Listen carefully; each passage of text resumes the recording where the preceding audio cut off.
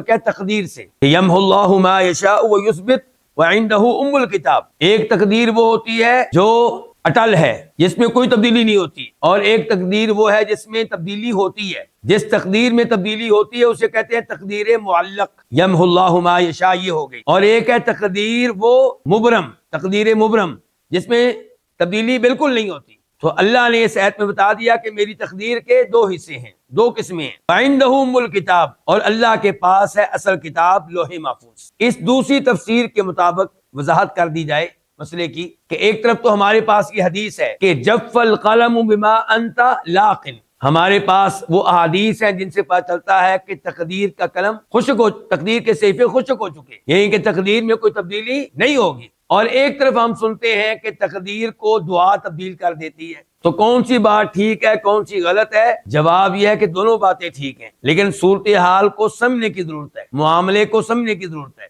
اللہ کی تقدیر جو بنیادی تقدیر ہے اس میں کبھی تبدیلی نہیں ہوتی، لیکن اللہ کی وہ تقدیر جو فرشتوں کو دے دی جاتی ہے، مثال کے طور پہ شب قدر کو فرشتوں کو تقدیر دے دی جاتی ہے، میری اور آپ کی آئندہ 1 سال میں یہ لوگ فوت ہونے والے ہیں اور یہ بیمار ہونے والے ہیں وغیرہ وغیرہ۔ اس تقدیر میں جو فرشتوں کے پاس آ چکی ہے تبدیلی ہو جاتی ہے دعاؤں کی وجہ سے۔ اب فرشتے کے لحاظ سے تقدیر کیا ہو گئی ہے؟ تبدیل ہو گئی، لیکن حقیقت میں کیا ہے کہ اللہ کے پاس یہ پہلے ہی لکھا ہوا تھا کہ یہ انسان دعا کرے گا تو اس کی دعا کرنے کی وجہ سے یہ تبدیلی ہوگی۔ اللہ کے ہاں یہ تبدیلی بھی لکھی ہوئی تھی۔ ایسا نہیں ہے کہ اللہ تعالیٰ نے ہمارے بارے میں ایک فیصلہ لکھ دیا ہو اور ہم نے اتنی دعائیں کی ہوں کہ اللہ تعالیٰ وہ فیصلہ تبدیل کرنے پہ مجبور ہو گیا ہو، ایسا نہیں ہے۔ لیکن مجھے اور آپ کو چونکہ پتہ نہیں ہے کہ ہمارے بارے میں کیا لکھا ہوا ہے، تو مجھے اور آپ کو محنت کرنی ہے، دعائیں کرنی ہے، اور اللہ تعالیٰ کے ساتھ حسن ظن رکھنا ہے، خیر کی امید رکھنی ہے کہ اللہ تعالیٰ کسی پہ ظلم کرنے والا نہیں ہے، زیادتی کرنے والا نہیں ہے۔